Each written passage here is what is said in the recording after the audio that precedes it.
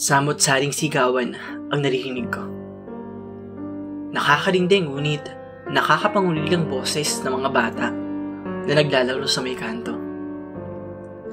Naglalabasan na sila pagpatak ng 4:00. Yung iba kagigising pa lang pero laro na kung laro. Wala silang pakialam. Maramihan, padapa, o kahit na masugatan. Ang tanging nasa isip lang nila ay masayahan. Magkaroon ng maraming kalaro at kaibigan. Takbuhan, taya-tayaan, apiran, o kahit na taguan. Kahit hingalin sila ay ayos lang. Kung minsan pa nga'y nagkakasakitan pero bago matapos ang araw ay nagbabati naman. Ang sarap maging isang bata, no? Malaya kang gawin lahat ng gusto mo. Hindi limitado ang mga galaw mo. Ayos lang na magkamali dahil bata naman at pwedeng baguhin.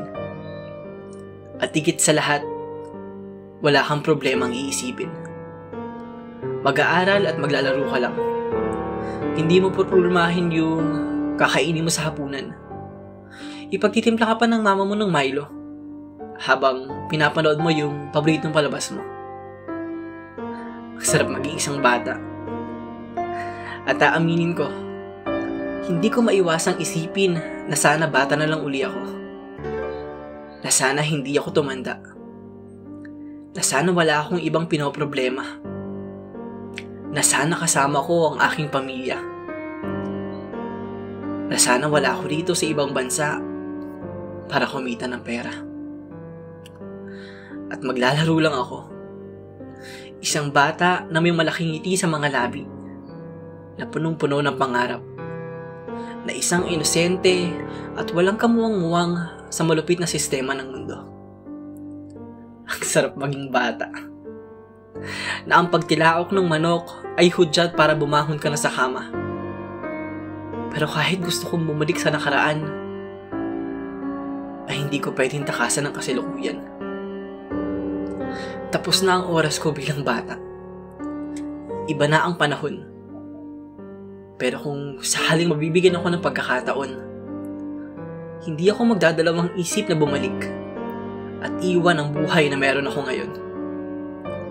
Dahil nakakapagod, nakakaubos, at nakakasira ng sistema. Gusto kong takasan ng realidad at umaasa na sa muling pagmulat ng mga mata, isa na muli akong bata na abot langit ang saya. Na malayang maglaro, malayang magkamali, walang problema, at kasama ko pa yung mahal kong pamilya.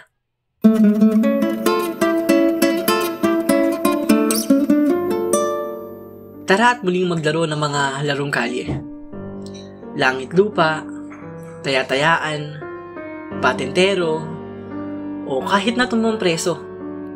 At pagkatapos ay pumunta tayo kay Aling Celia para bumili ng paborito nating sesto.